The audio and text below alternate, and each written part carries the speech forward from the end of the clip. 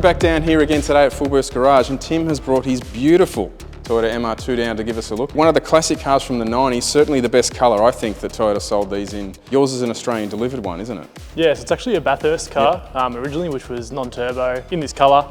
Wasn't as neat as this when I got it, but yeah, Australian delivered. And these came out because of the Bathurst 12 hour, didn't they? Yeah, I believe, don't quote me, but from 90 to 93, I think they won the production class. So Toyota decided to release a Bathurst model from 94 onwards, I think. Now, a lot of MR2 purists would absolutely hate what you've done with this. They're a weird bunch. It's either got to be 100% untouched or case swap it. And the one thing I love about your car is you've kept it all Toyota.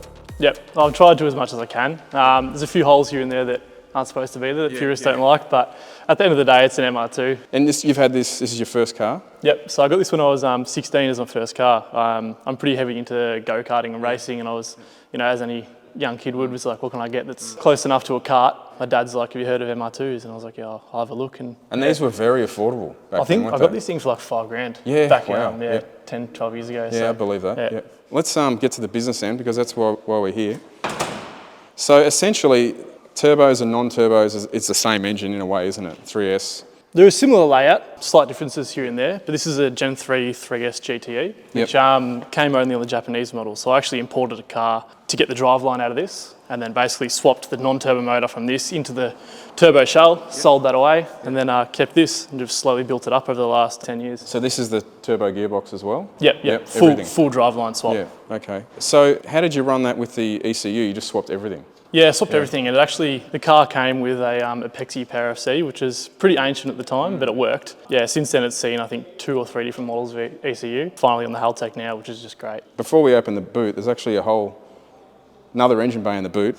You did what a lot of people do, and obviously you souped up the stock engine first. How did you go about that? I gave it to one of my mates through racing, Greg Bass at Top Torque Performance. He built the motor for me, so it's got Manly rods, pistons, Calford cams. Yeah, so it's pretty bulletproof motor, ARP bolts all throughout.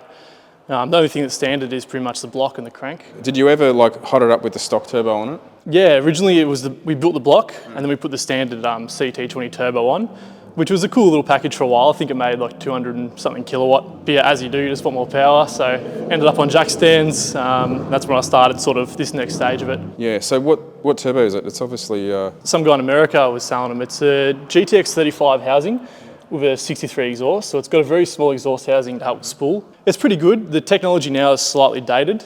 If there was one thing I'm going to upgrade now, it'd probably be that. That's one issue with doing up these older Toyotas, the MR2 in particular. It is hard to find newer style componentry that easily goes on, isn't it? It's all got to be custom made. Pretty much, which has been, I had to do all this myself, all that. Pretty much everything you see is custom. Are you running a manifold on that, or is it just like an adapter? No, it's got a manifold. I'm actually not even sure of the brand of the manifold. I got it with the turbo from America, but it's held up all right. It's been in the car for a good 7 or 8 years now and hasn't had a crack or any problems. This looks hard, like it's a bit of hard work to work on.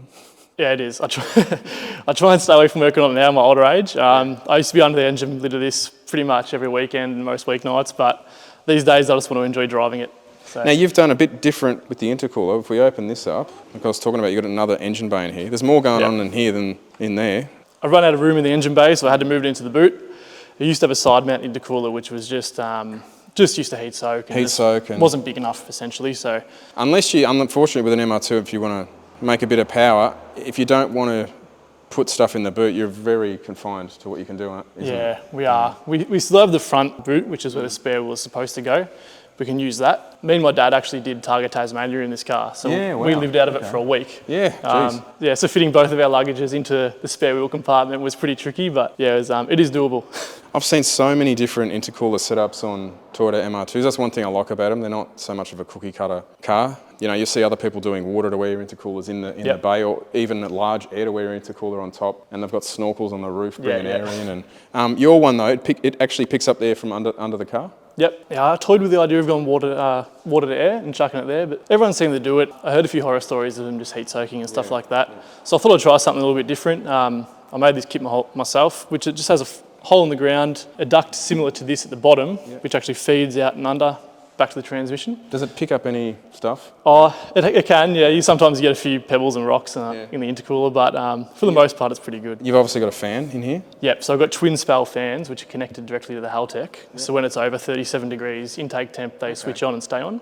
But I guess the upside is you're not getting all that heat soak from the engine. Yeah, exactly. It's been actually pretty good. It was a bit of trial and error. I used to have a thinner intercooler core on it, and I was starting to run into a few problems with it. Once it gets past that threshold of heat, it just can't go back down. Okay. But I put a thicker and better brand name intercooler in it, and now it's been really bulletproof. So awesome. So it's not that loud. No, it's pretty quiet, man. You can mistake this car for a rear-wheel drive Camry, man. So as I smelt before, you're clearly running this on ethanol. Yeah, running on ethanol. For this power, I think 98 is just not worth it. You get a bit more protection with ethanol, obviously. So yeah. Apart from running out of fuel pretty much every single time you drive it. So obviously with the bigger turbo, what sort of power's it making now? I put the bigger turbo on and we had an old ECU and it was making between 300 and 350 kilowatt. But we were having a lot of ignition problems, idling problems, and it was on 30 pounds of booster making that power. And it just wasn't quite right. But I took it down to Vince at Giuliano Performance in Eltham, and he pretty much just said to me, mate, if we're going to sort it out properly, may as well just do it once. So we put a Haltech in it. We got Joel, then That's It Auto Electrical to wire it all up. He did a fantastic job. We chucked it on Vince's dyno and he's spun it up and it made 370 kilowatts at 18 PSI. 10 pounds less and more power. So that's awesome. And in terms of traction, it's first gear is pretty much a write-off. You can't even really use it. Second gear hooks up, third gear hooks up, because you got the weight transfer. Yeah, you do, don't you? Yeah. You do. They sort of hook a bit more like an all-wheel drive car, but it's easier to drive like a front-wheel drive car, if that makes sense. Yeah. What do you rev this to then? The rev limit is at 7,500, but you rarely actually go that high. It makes peak power at 6,500 RPM, so you just usually shift around then. We've got a toggle here, going from 1 to 6 is 6 different power settings. 7th is obviously just like a valet setting.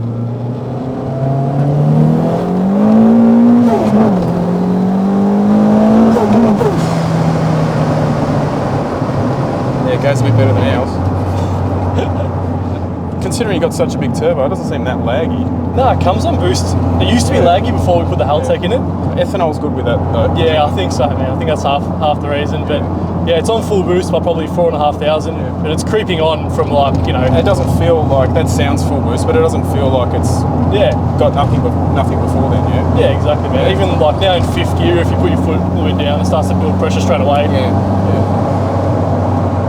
Amazingly, it's a pretty drivable car. Like you wouldn't expect it at first glance when you're looking at it. But yeah, very, very drivable. You can sit in traffic with it for ages and no problem. No, you've done a cracker job, man. You would have copped this. When we bought ours, everyone, when are you putting a Honda in it? Honda. Oh, yeah. And I like the idea of keeping it Toyota, like, you know, whether it's the 3S engine or the V6, the 2GR. I do like the 2GRs. Yeah. I'd be lying if I said I didn't have, you know, the devil on his shoulder saying put a K20 in it, but yeah, had the angel saying. Look, I get why people do it, but it's nice to keep cars, I guess, how they were envisioned, how they were sort of sold.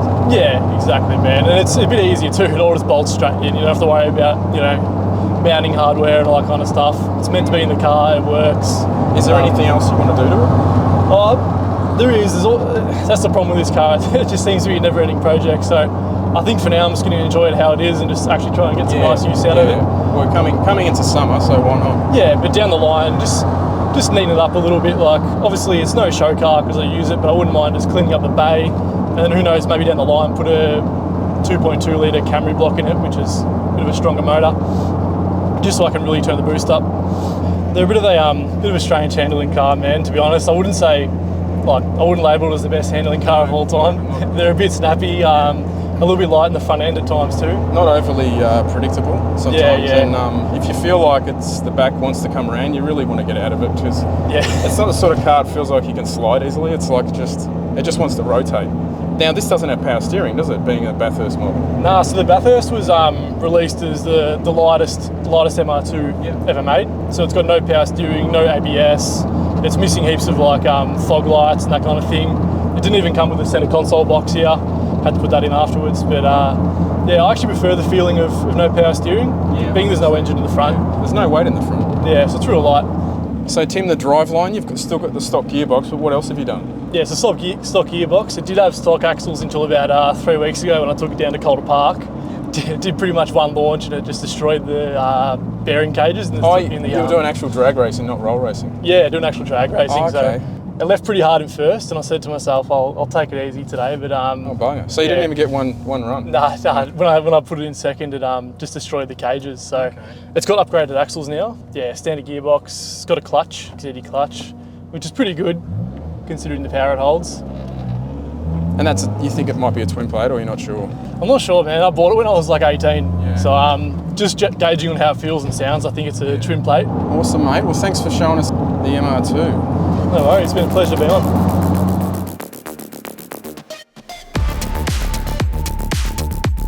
Our camera car today is obviously our Toyota MR2. Now, it has roughly half the power of this MR2, and just having a quick drive, it obviously shows. One thing that people probably don't think about when you're actually filming cars, like video, a car like this especially is low. If you film it with a car that's up here, like a big dual cab truck, you're literally filming down on top of the car.